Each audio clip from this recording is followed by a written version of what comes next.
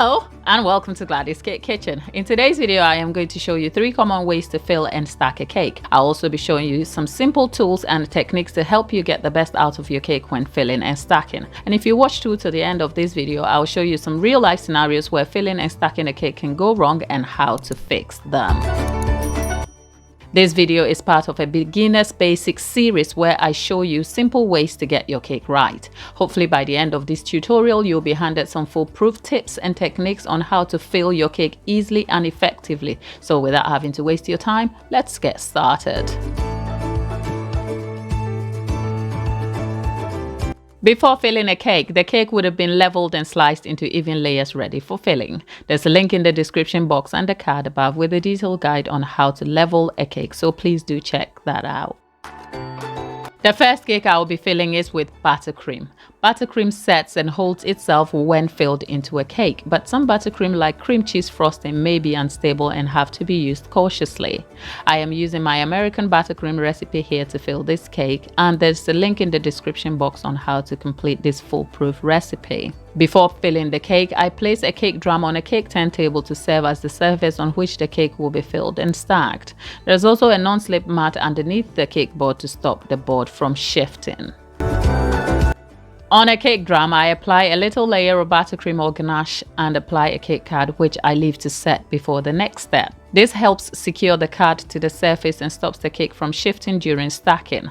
Stacking here may be referred to as layering, which is having the cake layers put together after filling. The cake card also makes for easy handling and transfer of the cake from the surface.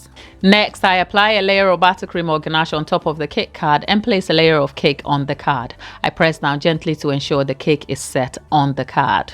Depending on the recipe, I would shower the cake lightly with sugar syrup, but it's important to note not all cakes require syruping.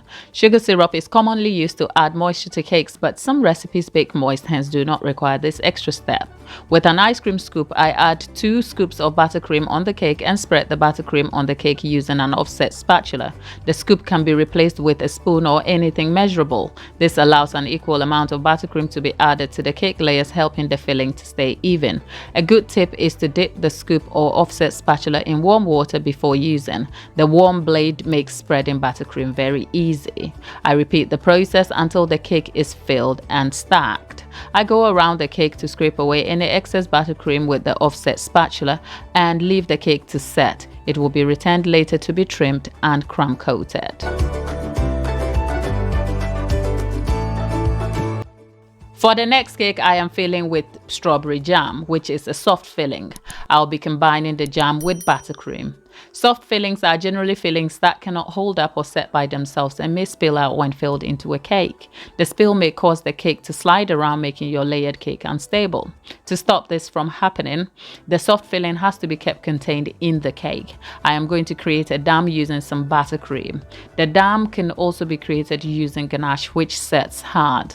I begin the process of filling just as I did before with the other cake, but instead of spreading the buttercream on the cake, I am creating a dam using the buttercream.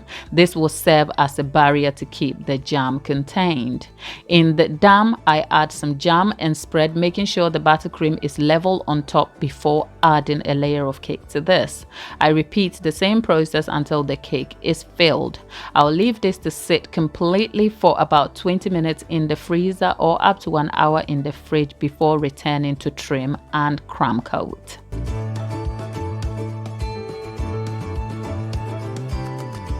I am going to be filling the third cake with chocolate buttercream, but I'll be adding some solid elements in the form of cookies and diced sweets. These elements add texture to a cake when sliced into, but can also cause the cake to be unstable when filled incorrectly into a cake. I start by making a barrier on top of the cake. I place some cookies in the middle, then add some buttercream on top and then spread the buttercream evenly on top of the cake.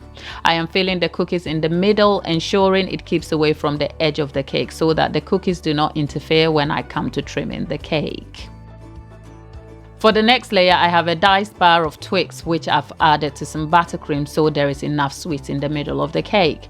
I press down gently before spreading the buttercream to ensure it's level on top before adding another layer of cake. The process of filling and stacking is continued until the cake is done. However a cake is filled, ensure the cake is evenly stacked by checking the sides for evenness. Allowing the cake to chill in a fridge or freezer helps it to set and stay stable. So consider setting your cake in the fridge for up to an hour if using buttercream on a warm day or 30 minutes on a cold day. If using ganache, consider 10 to 15 minutes in a freezer and up to half an hour in a fridge. It is also important to note a straight standing cake begins with a perfectly level and evenly sliced cake.